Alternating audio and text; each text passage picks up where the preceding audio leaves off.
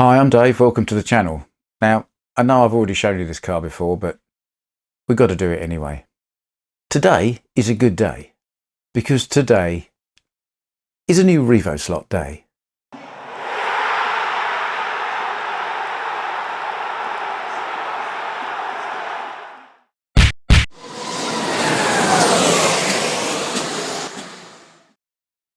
So here we are, it's the main event for me, it really is. The Holy Grail car, the Revoslot RS0063 Warsteiner Porsche 911 GT1 test car. Now, I am aware, before you all put it in the comments, there is a 1998 GT1 test car as well. It's a slightly different colour, it's a slightly different car, and Slottit have done it. I'm aware of this, it's probably on the list, let's be honest. Back to this car. So 1996 was the year that Porsche developed the GT1 911 for racing. And this car represents the test car, that is to say, chassis number 993 GT1 001. Now, while the, if you like, production versions of this racing car were a bit more refined, this was the one they slapped together and ran round a track to see if it would work. And in truth, it's the front half of a 993 edition Porsche 911 and the back half of the 962C prototype Le Mans car jammed into the back of it. So while it looks like a normal 911, it's actually mid-engined, not rear-engined. And they did that for some clever bits of ground effect that happen, because if you haven't got the engine right in the back, you can do that big sweepy diffuser thing and get extra downforce. Trivia, I know. The thing that I like about a test car livery is they need to put a livery on the car. It needs to look good for the press shots and so on. But it doesn't need to have certain things in certain places, and they don't need to be certain colours, because nobody's paid squillions of pounds to have them appear on that particular bit of car in all the races on the television. So the designers get to have a bit more fun with it all. So this is a fairly uniquely coloured car. I think it's coming out in the camera. Yes, it's gold, but it's a very green kind of gold. A very interesting tinge to it, as the test car was itself. It's got the Warsteiner liveries prominent because it doesn't need door decal numbers or anything like that. Warsteiner clearly across the beer shelf on the back, and all the Mobile One liveries as well. I like it because nobody made them do it this way, really. It's just what the designer fancied doing to highlight, you know, the details on the bonnet and so on. And that's kind of it. I like this car for the colour, which is very unique, for the fact that it is a test car, and just for the fact that it's Warsteiner, and as we've established, got a bit of a thing for that these days. So when I posted the unboxing video, a couple of you asked in the comments for me to explain why it was my Holy Grail car. Well, my logic goes like this. The whole point about Holy Grail is there's a quest to find it. So it needs to be something that's quite tricky to find, and being quite an early release of Revoslot, I don't think they made a big run of them. And of course, they've all gone into people's collections and are squirreled away, and you don't find them very often. So that in itself kind of lends itself towards being Holy Grail. It is a thing of beauty, there's no doubt about that. It is an oddity and a rarity in that it is a test car and so on. And I had a connection to it because A, I like Revoslots, B, I like Warsteiner stuff, and this is the only Warsteiner Revoslot that I didn't have. All of these things, I think, in combination, qualify this as a Holy Grail slot car. And the fact that I wanted it so much, it kind of didn't matter. So yeah, I think that's probably how I define it, as a Holy Grail slot car. There will obviously be another Holy Grail slot car. We may have touched on that before. But the interesting thing about this car, as much as anything, is it is second hand. but it's not very second hand. There's no damage on it. The aerial keeps falling out. I've taken it out for now, but there we are. But the interesting thing is, it came from Spain, and it's clearly been tuned. It hasn't been a shelf queen.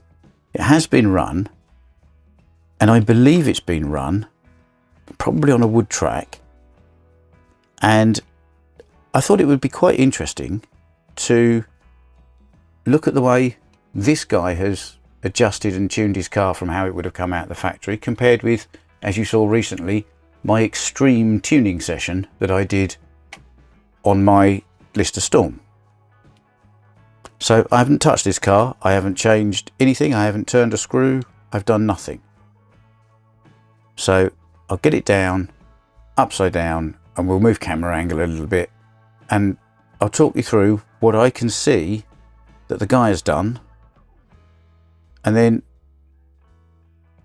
we'll take the body off and have a look inside and see if whatever else has been done. You never know. I just think it's interesting. Somebody else has set this car up for something they wanted, and I just think it's interesting to see how other people do things and, you know, possibly work out why. So let's do that. So here we are, different view to usual, nice and close up, because the first thing I want you to notice is just how much movement there is in this entire body. This guy's set this up like this for a reason. Now, when I look underneath here, the first obvious thing to me is that he has put very soft copper braids on, and they are very, very soft copper braids. This is why I kind of think this car was tuned for a wood track, because copper braids usually on a wood track that's got copper tape as the rails. Yeah, that's a fairly, and I think that's a fairly standard Spanish thing as well. So it's had all these screws taken out, so I have to assume that he's done the axle alignment, and he's had these two screws replaced. They should be the black ones like these, but for some reason they're not. They're ones that are not anodized, so I can only guess that, as we know, Revoslot's hardware is made of cheese pretty much. He may have overdone these two bolts when he was doing a bit of tuning and mashed the heads and had to replace them. That is my guess. In terms of where all of that body movement is coming from, well, an amount of it is coming from the chassis, but quite a lot of it is coming from the fact that all four of these screws are super loose. So the whole thing's moving. So I'm just going to get the screwdriver and reference how many turns out everything is, because while these two front ones will slip out sideways, these two rear ones are captive. They're not in a slot, so you can't just loosen them off and remove the body. So I need to reference these, make a note of how many turns in they have to go and how many turns out they need to go afterwards, so it's adjusted the same when I put it back together and try it on the track.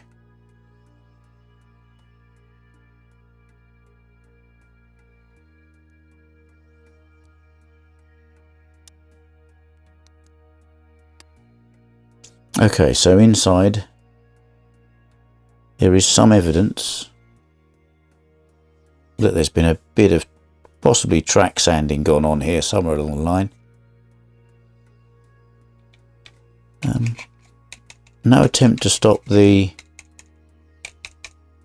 interior from rattling. I probably would put some tape on that myself, as you well know. But other than that, you know, it's fairly standard. It's pretty good quality. It's Revoslot. Now I'm trying to see inside here.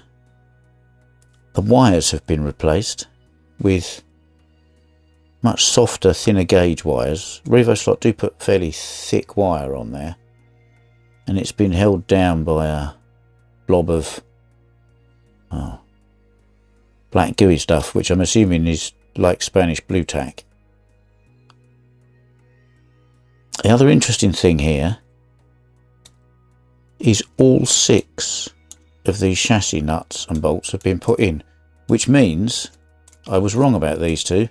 They haven't been replaced. The original 4 are these 4, and these 2 have been added. Now, I'm not quite sure why. I guess it restricts movement.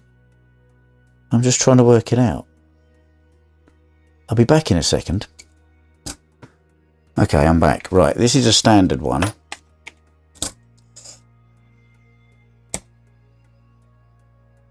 And these 4 are the 4 that are used. These 2 at the front are unused from the factory.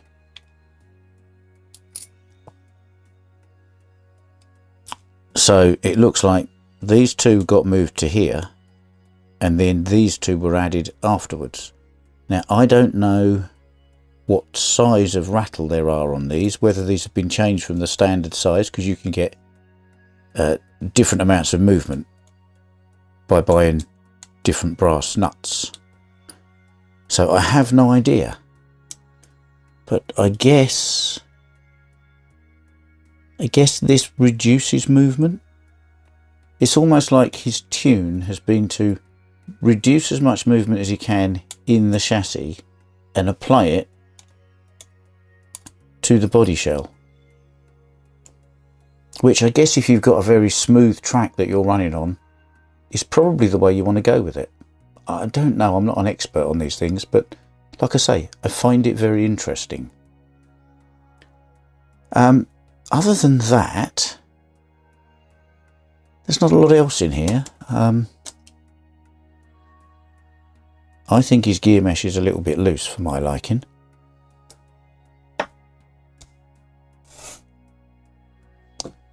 So I think it might be a little bit whistly on the track. The other thing is the tyres have been radiused on the edges, inside and out, and the front tyres have been quite significantly trued. Probably can't see that there, but there's probably a good 0.5 mil or more that's been taken off. And we have some wildlife. Go on, off you go.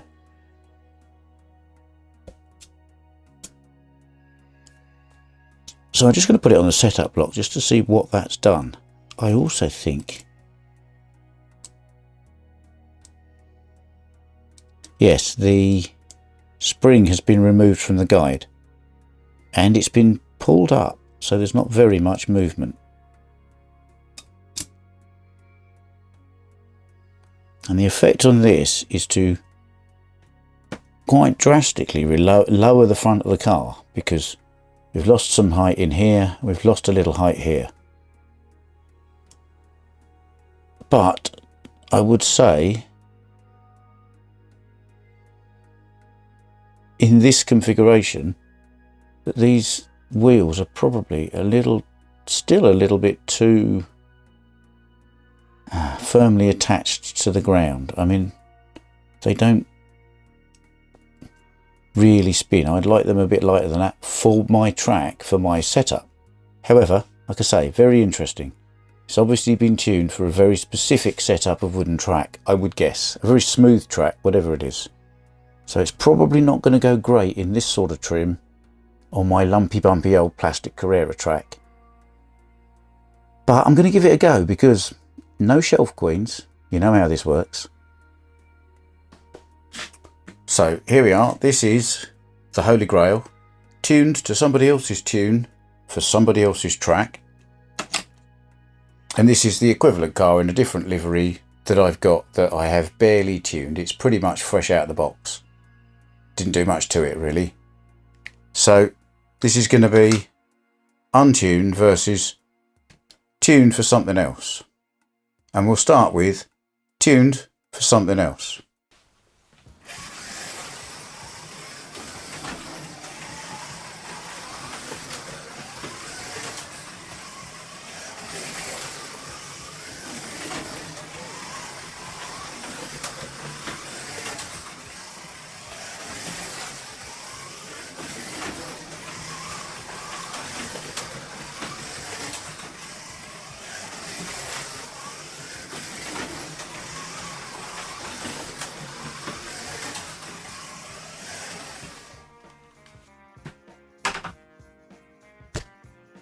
Well, initially, as you can tell, it's quite a nice, smooth and relatively quiet drive. It's not quite as quiet as I got the Lister, but actually it's better than I thought I was going to hear from that gear mesh.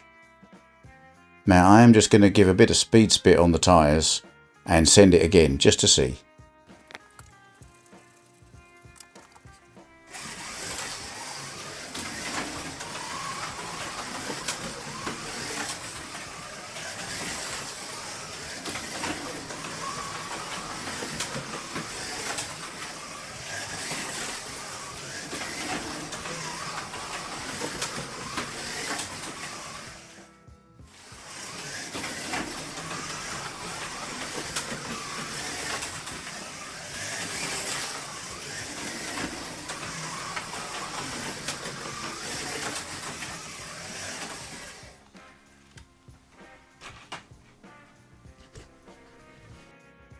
So that was quite enjoyable. It's a little bit, it feels like it's holding back. I think those front wheels could just be a little less in contact with this plastic track. That would probably help it. And yeah, I wasn't quite so sure about the back end. It seems to be maybe a little bit too slidey for me, but that might be because there's too much grip at the front end. So I can tune this up and do better with it, but 6.6 for something that's tuned for a completely different track, I think is, yeah, it's all right first out of the box. And also I did pay a lot of money for it, so I wasn't really driving it like I could stolen it. Maybe I will at some point. But I was trying reasonably well. Right, let's try the other one. It's going to be noisy. I've no idea if it will be quicker or not.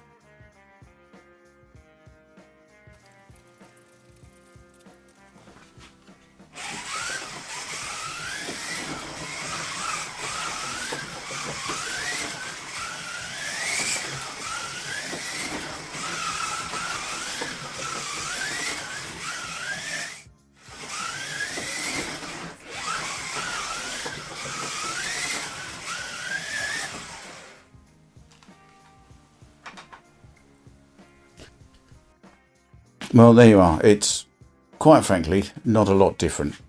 A car tuned for a different track isn't a lot different from a car that's not really tuned for a track at all. So there we are. That's the importance of tuning your car for the track you're on. In another video, at another point, I'm going to take this car and tune it for this track, and then we'll see what we can do with it. So that's the Holy Grail slot car, and like any ancient and sacred artifact, it's given us a few clues to the theology behind it. We know that with this guide set up and the way they set the wheels, this car was set up to run on a very, very smooth track, so probably a wood track, and most likely with copper tape. And also, like any ancient sacred artifact, it throws up a question about theology, in this case the theology of setting up a slot car. And the question is, when you normally just move these two bolts to here to reduce the movement, why have they then gone back later and added these two as well? It's a question we'll never know the true answer to. But I'd like to know what your thoughts are in the comments, especially you guys that watch that know a thing or two about setting up cars. Especially you, Nico, I'm thinking of you. Why put the extra two bolts in? Because I don't know. As always, thanks for taking the time to watch one of my videos. If you liked it, you will find a button specifically for that. Please subscribe to the channel, it's free and it really does help. And if you hit the bell, you'll get a notification the next time I post a video.